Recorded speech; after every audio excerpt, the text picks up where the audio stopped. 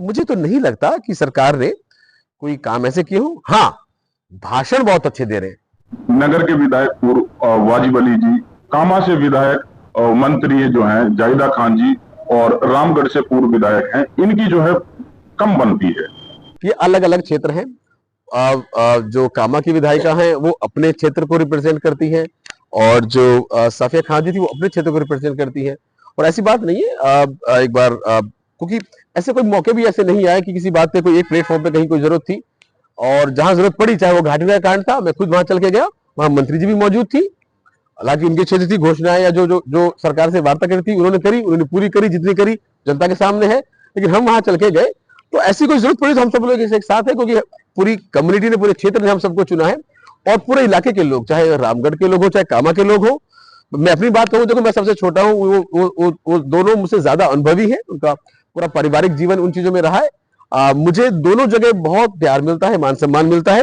मेरे दिल में किसी के लिए कोई गुरेज नहीं है, और आगे भी ऐसी कोई जरूरत पड़ेगी तो हम सब लोग एक जाजम पे बैठ के ग्राम पंचायत का परिसीमन हुआ, और हमारे कार्यकाल में करीब 5 ग्राम पंचायतें और बनी, और अब सरकार दोबारा परिसीमन करना चाहती है। चलो, ये सरकार का विवेक होता है, उसकी पावर से।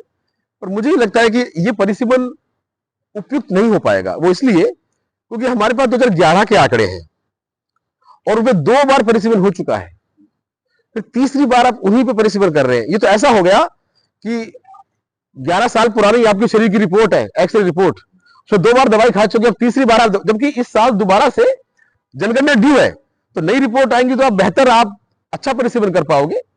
तो फिर भी मुझे लगता है कि अच्छी बात है, परिसीमन होने से ज्यादा पंचायतें बनती है, ज्यादा इफेक्टिवली आप जनता के विकास के कार्यों को देख सकते हो, मॉनिटर कर सकते हो, ज्यादा सेक्रेटरी रहेंगे, ज्यादा सरपंच होंगे, अब ज्यादा अधिकारी वहां मॉनिटरिंग उनकी हो पाएगी, बजट का सेपरेशन ज्यादा अच्छे से हो जाता है।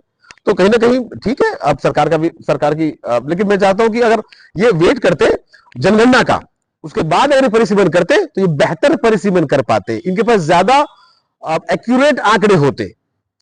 और बाकी भाई अब सरकार की मर्जी है, अब स्वागत करते हैं इस बारे में। कितना संतुष्ट हैं आप बीजेपी के इस राज से और नगर से विधायक गृहराज मंत्री जी के कार्यकाल से? देखिए, मैं विपक्ष हूं, मैं हमेशा कमियों की नजर से चीजों को देखूंगा, है ना।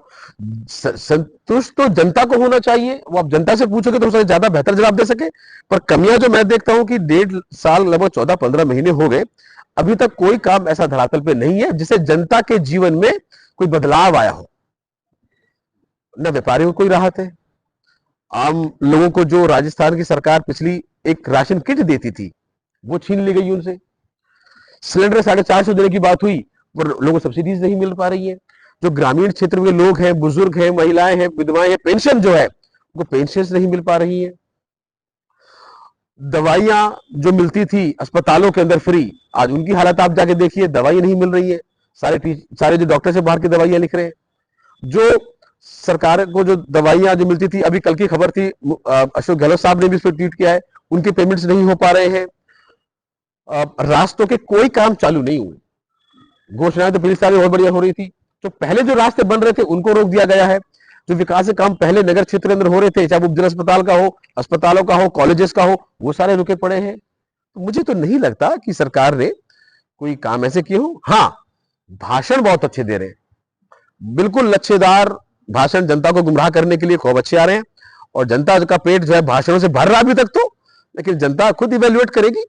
युवाओं के लिए हमने रिको इंडस्ट्रियल एरिया स्वीकृत करवाया, डेवलपमेंट के इलाके के अंदर जो है इंटरचेंज बांसबुर्जा में स्वीकृत करवाया। 1.5 साल से 1 साल से यहाँ के अधिकारी उसका जवाब नहीं दे रहे।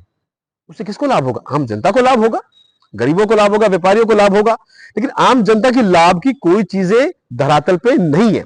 सिर्फ और सिर्फ खाली अब घोषणाएं हो रही हैं, या फिर खाली जो है अब भाषणबाजी दी जा रही है। किताबों में हजारों करोड़ गिनाए जा रहे हैं, जो काम पहले चालू कराए वो पूरे अच्छे नहीं हो पा रहे। नगर के अंदर 40 करोड़ रुपए से के आसपास की सीवरेज लाइन हमने सेक्शन करवाई, और वो काम अब रुका पड़ा है। क्यों? क्योंकि गुणवत्ता नहीं हो पा रही। गुणवत्ता नहीं हो पा रही तो गुणवत्ता करवाइए ना, काम रोकने से कैसे काम चलेगा?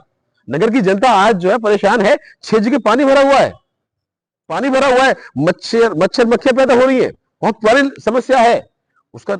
और जब सैंक्शन हो गई, काम चालू हो गया, टेंडरिंग वो सब काम हो गया, अब काम रुका पड़ा है क्योंकि गुणवत्ता नहीं है उसमें। तो काम जब चालू होगा जब उस स्पीड पे किया जाएगा।